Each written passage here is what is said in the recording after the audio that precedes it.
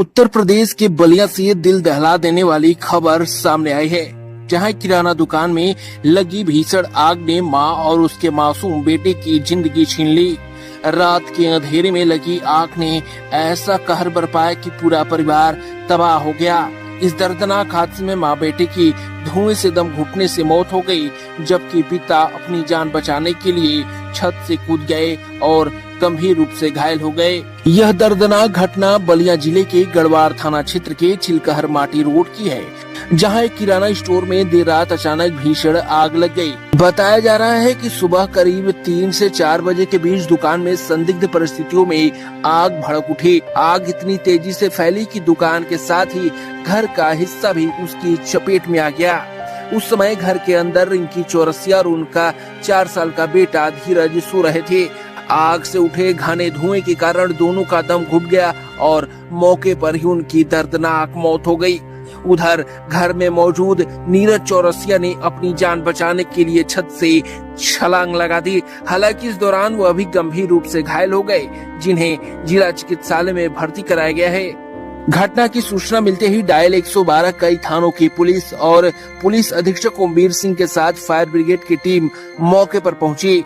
कड़ी मशक्कत के बाद आग पर काबू तो पा लिया गया, लेकिन तब तक दुकान में रखा लाखों रुपए का सामान जलकर राख हो चुका था। पुलिस अधीक्षक ओमवीर सिंह ने बताया कि रात करीब 3:30 पर डायल 112 पर आग लगने की सूचना मिली थी। मौके पर पहुंचकर फायर ब्रिगेड और पुलिस ने आग बुझाई, लेकिन इस हादसे में रिंकू देवी और उनके 4 साल के बेटे धीरज की दम घुटने से मौत हो गई। शव को पोस्टमार्टम के लिए भेज दिया गया है और मामले की जाँच की जा रही है। सुबह करीब 3:30 बजे थाना गढ़वाल को डायल 112 के माध्यम से सूचना मिली थी कि चिलकहर में एक व्यापारिक प्रतिष्ठान है, उसमें आग लगी है। सूचना पर तत्काल पुलिस और फायर ब्रिगेड की गाड़ियां आई, तो यहाँ आके ये देखा गया कि बिल्कुल एकांत में एक मकान बना हुआ है, 2 मंजिला है, जिसमें थोक का व्यापार ये लोग करते थे। किराने का पूरा सामान यहाँ पर रहता था, क्योंकि बहुत बड़ी संख्या में यहाँ सामान था। आग भी व्यापक रूप धारण कर चुकी थी। पूरे जनपद की जो फायर की टीमें हैं, वो हमारी गाड़ियाँ और सभी अधिकारी भी मौके पर पहुँच गए थे। इस दुखद घटना में अभी तक एक करीब 4 साल का बच्चा, जो यहाँ व्यवसायी नीरज चौरसिया थे, उनका है, उनकी पत्नी, उनकी दम घुटने के कारण बताया गया है कि मृत्यु हो गई है। बाकी अभी आग का व्यापक रूप है और यद्यपि बुझ गई है, लेकिन बीच बीच में, क्योंकि इसमें रिफाइंड ऑयल वगैरह भी काफ़ी था, तो बीच बीच में लपटें उठ रही हैं, आ जाती हैं। लेकिन अब इसे देखा जा रहा है पूरा। हमारी फील्ड यूनिट भी आ गई है। इसके तथ्यों तक जाने का प्रयास किया जा रहा है कि क्या कारण हो सकता है, और बाकी परिजनों के भी संपर्क में हैं। एक भाई जिसने मेहनत करके, नीरज, जो ऊपर मंजिले से कूदा था, जिसने बाद में गांव वालों को भी बताया और गांव वालों ने प्रयास सभी ने किया, और बाकी अभी देखा जाएगा। अभी अब थोड़ा आग शांत हुई है, लेकिन धुआं बहुत ज़्यादा है पूरे परिसर में।